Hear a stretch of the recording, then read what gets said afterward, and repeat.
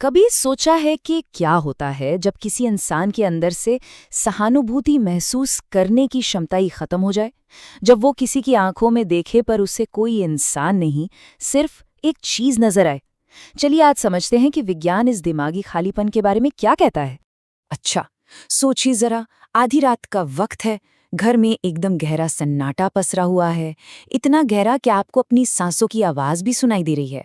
और तभी किसी अजीब से एहसास से आपकी नींद खुल जाती है। आप देखते हैं कि कमरे में हल्की सी चांदनी आ रही है और उस रोशनी में एक परछाई दिखती है। वो आपके घर में ठहरा हुआ मेहमान है और वो बिस्तर के ठीक पास जमीन पर बैठा है। कोई हरकत नहीं कर रहा, बस बैठा है। उसकी आंखों में ना नींद है, ना कोई अपनापन, कोई भाव ही नहीं है, बस एक अजीब सी ठंडी खामोशी। ऐसा लग रहा है जैसे वो आपको नहीं बल्कि आपके आर पार देख रहा हो। जैसे जैसे आप कोई पहेली हो और वो उसे सुलझाने की कोशिश कर रहा हो। बस यही वो खालीपन है, यही वो दिमागी सन्नाटा है जिसे हम आज समझने वाले हैं।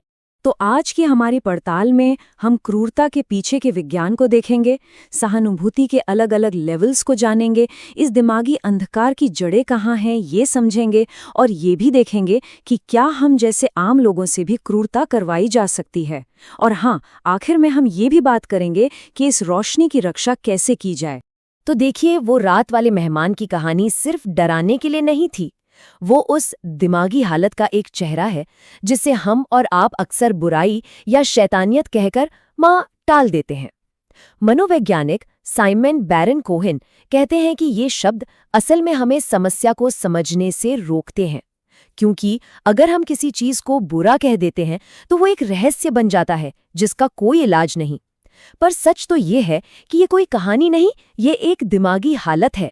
तो बैरन कोहेन ने बुराई जैसे शब्द को हटाकर उसे एक ठंडा वैज्ञानिक नाम दिया, एम्पैथी इरोजन, यानी सहानुभूति का पूरी तरह से मिट जाना।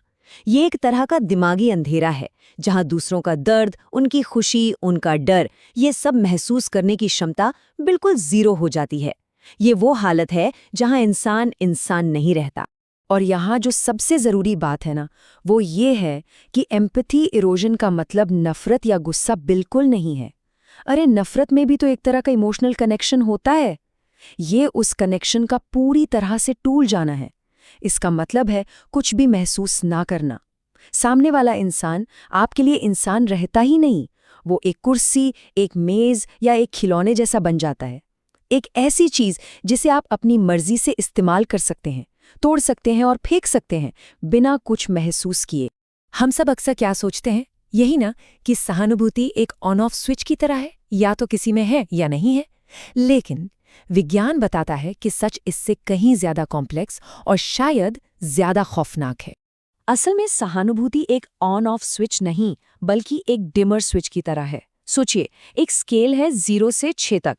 हम में से ज्यादातर लोग लेवल 2 से 4 के बीच रहते हैं। हमारी सहानुभूति दिन और हालात के हिसाब से थोड़ी कम ज्यादा होती रहती है।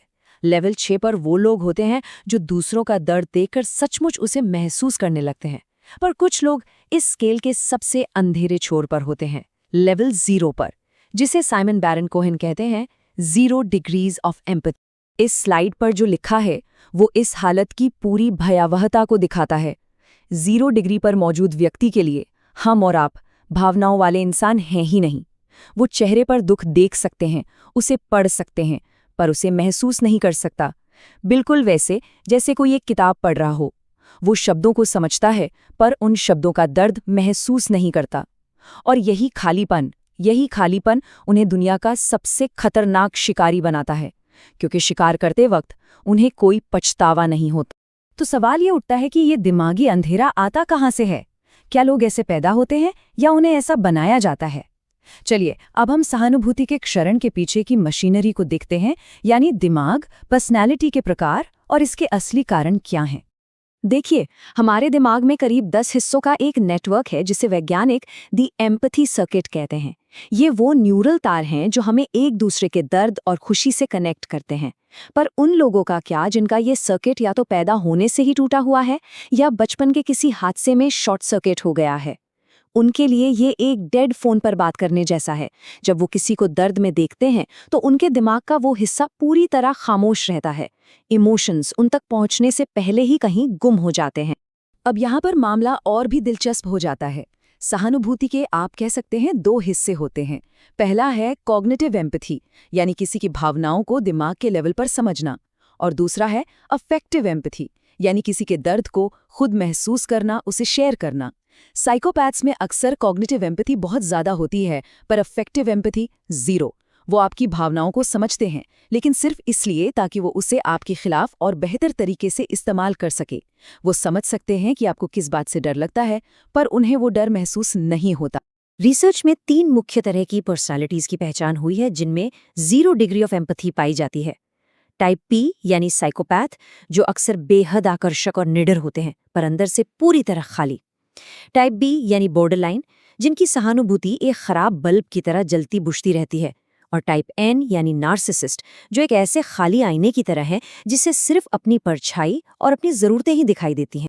तो ये सहानुभूति का इरोजन होता कैसे है? इसके पीछे 3 बड़े कारण हैं जो मिलकर काम करते हैं। पहला है जेनेटिक्स। कुछ लोग इस दिमागी अंधेरे के ब्लूप्रिंट के साथ ही पैदा होते हैं। दूसरा है बचपन का माहौल। अगर किसी बच्चे को प्यार की जगह लगातार हिंसा या अनदेखी मिले तो दिमाग का एम्पैथी सर्किट हमेशा के लिए टूट सकता है। और तीसरा है समाज। जब एक पूरे ग्रुप को लगातार ये सिखाया जाए कि दूसरा ग्रुप इंसान ही नहीं है, तो अच्छे भले लोगों की सहानुभूति भी अपने आप बंद हो जाती है। अभी तक तो हम उन लोगों की बात कर रहे थे जिनका एम्पैथी सर्किट शायद परमानेंटली खराब है, लेकिन क्या किसी सामान्य इंसान को जिसका दिमागी सर्किट बिल्कुल ठीक काम कर रहा है, क्या उससे भी बुरा बनाया जा सकता है?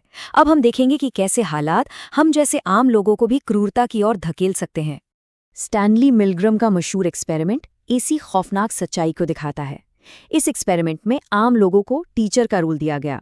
उन्हें एक लर्नर को, जो असल में एक एक्टर था, सवाल गलत बताने पर बिजली के झटके देने को कहा गया। अब ये झटके नकली थे, पर टीचर्स को ये लग रहा था कि वो असली हैं। और नतीजा चौंका देने वाला था। जब लर्नर चीखने लगा, रहम की भीख मांगने लगा, तब भी ज्यादातर टीचर्स ने झटके देना जारी रखा और उन्हें जानलेवा स्तर तक बढ़ा दिया। क्यों? सिर्फ इसलिए क्योंकि लैब कोट पहने एक अधिकारी ने, एक साइंटिस्ट ने उन्हें ऐसा करने का आदेश दिया था। ये दिखाता है कि हमारा जो नैतिक कंपास है ना, वो कितना नाजुक है। तो यहाँ से सबसे ज़रूरी बात जो निकल कर आती है वो ये है कि अच्छा या बुरा होना कोई परमानेंट चीज़ नहीं है। हमारा एम्पैथी सर्किट भी अथॉरिटी के आदेश पर या ग्रुप के दबाव में कुछ देर के लिए बंद हो सकता है। बुराई अक्सर इंसान में नहीं, सिचुएशन में छिपी होती है, और सही हालात मिलने पर वो किसी से भी बाहर आ सकती है। तो अगर हम सब इस दिमागी अंधेरे से घिरे हुए हैं, अगर कोई भी इसमें फिसल कर गिर सकता है, तो फिर हम खुद को और अपने समाज को कैसे बचा सकते हैं? क्या इस अंधेरे से निकलने का कोई रास्ता है भी? हाँ, रास्ता है, और वो है एम्पैथी को एक सामाजिक प्राथमिकता बनाना। हमें अपराध के पीछे की दिमागी वजहों को समझना होगा, सिर्फ सजा पर जोर नहीं देना होगा। हमें स्कूलों में बच्चों को इमोशनल लिटरेसी सिखानी होगी, यानी अपनी और दूसरों की भावनाओं को समझना और संभालना। और सबसे ज़रूरी, हमें उन लोगों से बात करनी होगी जो हमसे अलग दिखते हैं, अलग सोचते हैं, क्योंकि इस अंधेरे का सबसे बड़ा दुश्मन संवाद ही है। और ये जो बात है ना, ये इस पूरे विश्लेषण का सार है।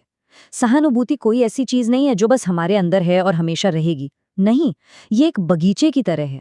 अगर आप रोज उसकी देखभाल नहीं करेंगे, दूसरों को समझने की कोशिश नहीं करेंगे, तो उसमें नफरत, डर और खुदगर्जी की जंगली घास उगाएगी। ये एक प्रैक्टिस है, एक आदत, जिसे हर रोज जानबूझकर करना पड़ता है। तो देखिए, विज्ञान ने हमें ये तो दिखा दिया है कि शैतानियत कोई रहस्यमयी ताकत नहीं, बल्कि एक दिमागी खराबी है, जिसका इलाज और रोकथाम दोनों मुमकिन है।